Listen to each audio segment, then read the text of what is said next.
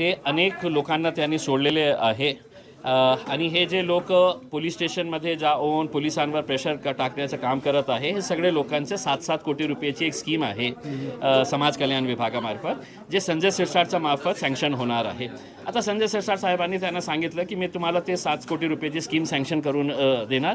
तुम्ही हे मला जे दलदलमध्ये मी इम्तियाज जलीलला आणलेलं आहे त्याच्यामधून मला बाहेर काढा करके. आणि मग ते सगळे कामाला लागले. मग पोलीस स्टेशनमध्ये जाऊन बोंबाबोंब सुरू लागले की हे आमच्या विरोधात या समाजाच्या विरोधात त्यांनी असा शब्द वापरलेला आहे करके. मग मला हे सांगायचं आहे मी जे हे शब्द वापरलेला आहे ते शब्द कुठून मी फक्त वाचण्याचं काम केलेलं आहे. डॉक्युमेंट द्या. ते शब्द फक्त वाचण्याचं मी काम केलेलं आहे.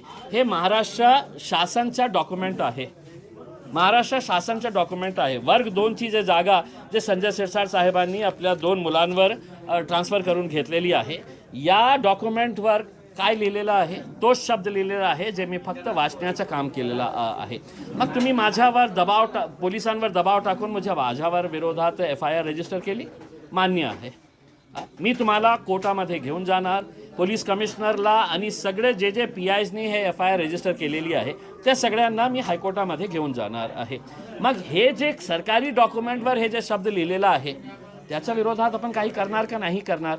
म्हणून मी हात जोडून संजय शिरसाट साहेबांना विनंती करतो की आजच्या आज हे आपल्या अलमारीतून हे जे आपले जे प्रॉपर्टीचे डॉक्युमेंटचा गठ्ठा आहे ना त्याच्यातून हे डॉक्युमेंट काढा आणि पोलीस कमिशनरांकडे जाऊन तुम्ही मागणी करा की कलेक्टर आणि रेव्हेन्यू डिपार्टमेंटच्या विरोधात FIR रजिस्टर करा हे शब्द वापरण्यासाठी.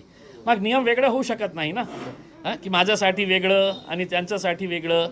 मला माहीत आहे की पोलिसांवर कशा प्रकारचा दबाव टाकण्यात आला होता.